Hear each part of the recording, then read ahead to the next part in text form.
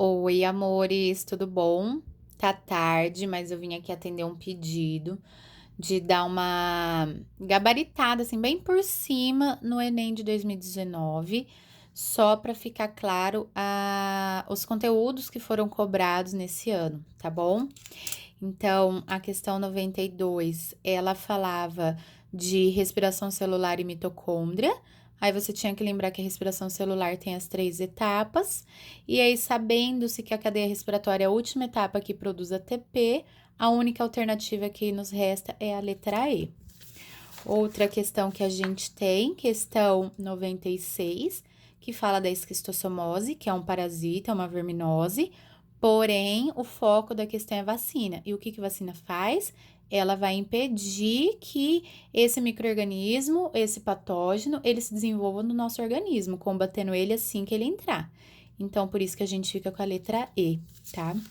Outra questão que a gente teve foi a 99, uma questão bem fácil, bem direta.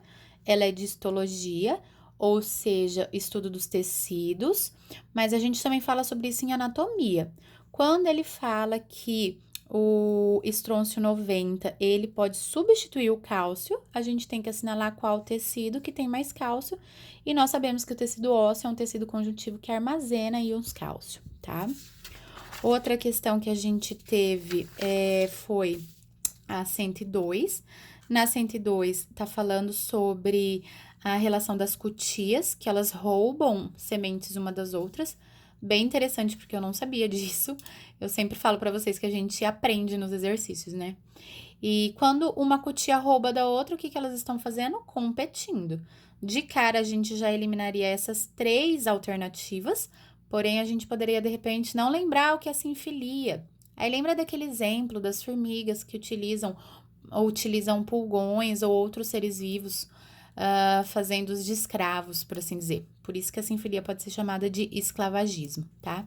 É uma questão de ecologia do subtema relações ecológicas. Questão 104, ciclos biogeoquímicos, bem evidente, porque ele fala de polissacarídeos e açúcares. Polissacarídeos são carboidratos bem grandes, de cadeia longa, e açúcares são carboidratos, como, por exemplo, frutose, sacarose e galactose. Então, se eu estou falando de carboidrato, eu estou falando de moléculas que têm carbono, hidrogênio e oxigênio.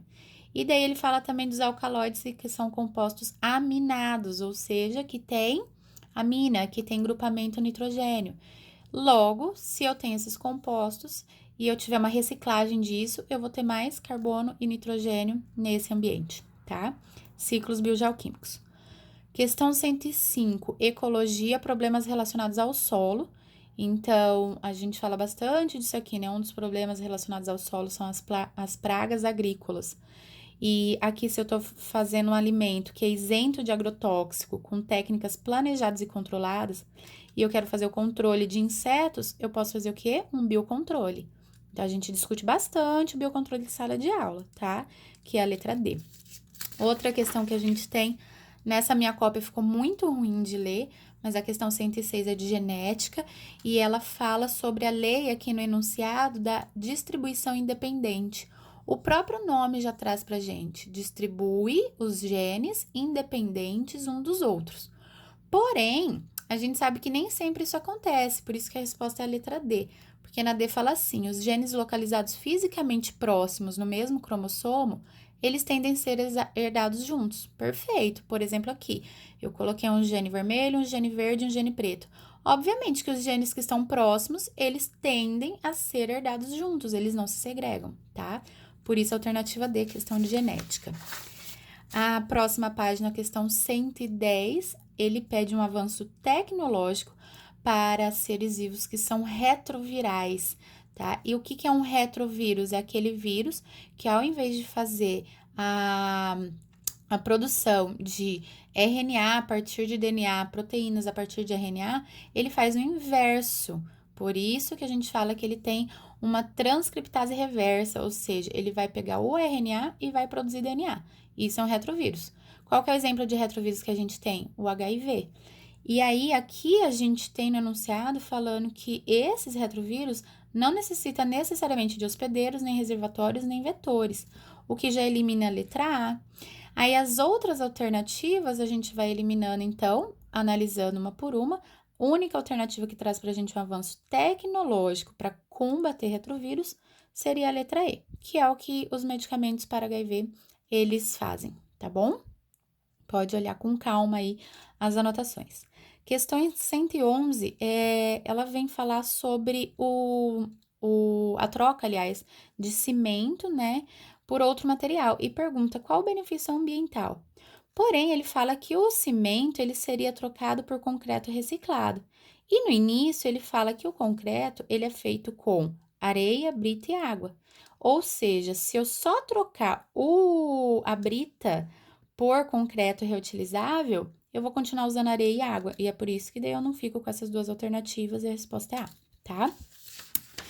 Bom, a gente ainda tem na questão 112 uma questão de membrana, já apareceu desenhos parecidos de membrana plasmática no Enem, então também não foi uma novidade, tá? Ele trouxe bem explicadinho que essa parte da cadeia ela é insaturada. E ele pergunta o seguinte: eu quero uma maior fluidez. Se eu quero mais fluido, se eu quero mais movimento nessa membrana plasmática, eu tenho que ter mais cadeias insaturadas, porque daí uma com a outra não vai reagir. E aí, se a gente analisar os desenhos, a alternativa 2 tem mais cadeias insaturadas, diminuindo então a interação e aumentando a fluidez, tá? Questão 105 fala sobre ecologia, problemas no solo e na água. É bem direta essa questão, né? Então, ele pergunta uma ação para minimizar a permanência de contaminantes em recursos hídricos. Se eu quero que os dejetos cheguem menos poluentes no meu recurso hídrico, o que eu tenho que fazer? Eu tenho que produzir novos processos que vão tratar esses efluentes, entendeu? Desenvolver novas maneiras. Então, estava bem direta essa questão de ecologia também. E a questão 118 é um conceito que a gente usa, a gente fala muito em anatomia das plantas, depois a gente fala na fisiologia vegetal. Quando a gente fala de algumas relações ecológicas, a gente cita alguns termos desses aqui também. Mas, enfim, ele fala que as larvas, elas começaram a subir em direção à luz. É a mesma coisa que uma planta crescendo em direção à luz. Então, ela está tendo uma foto que vem de luz, um fototropismo positivo. A raiz, por exemplo, de uma planta, ela cresce para baixo, né? Ou seja, é um fototropismo negativo.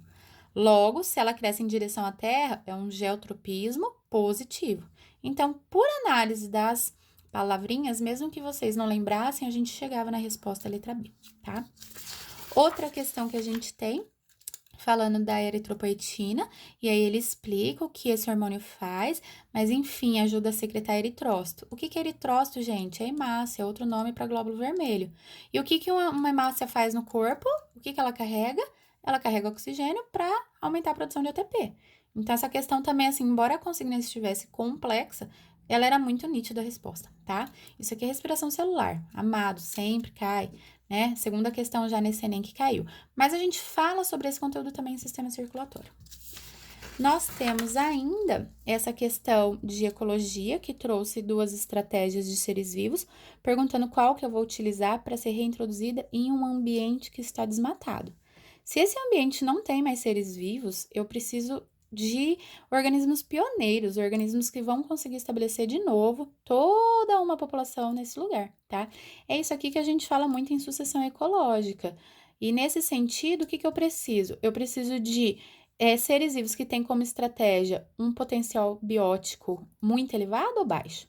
Para quem não lembra, potencial biótico é o poder de reprodução de uma espécie, né? Então, quanto mais poder de reprodução, quanto mais descendentes ele gerar, só por essas duas razões aqui, eu já ficaria com a estratégia número 1 e já eliminaria a estratégia 2, tá? Resposta à letra C. E temos também uma questão de botânica, nem coloquei aqui, mas essa questão, ela é bem nítida, também bem direta. Nossas primeiras aulas de botânica, a gente fala sobre esse cladograma, essa classificação das plantas, e qual característica que trouxe uma conquista para o ambiente terrestre. É a característica que se dá pelo surgimento de grão de pólen, porque o grão de pólen vai levar independência de água para a reprodução.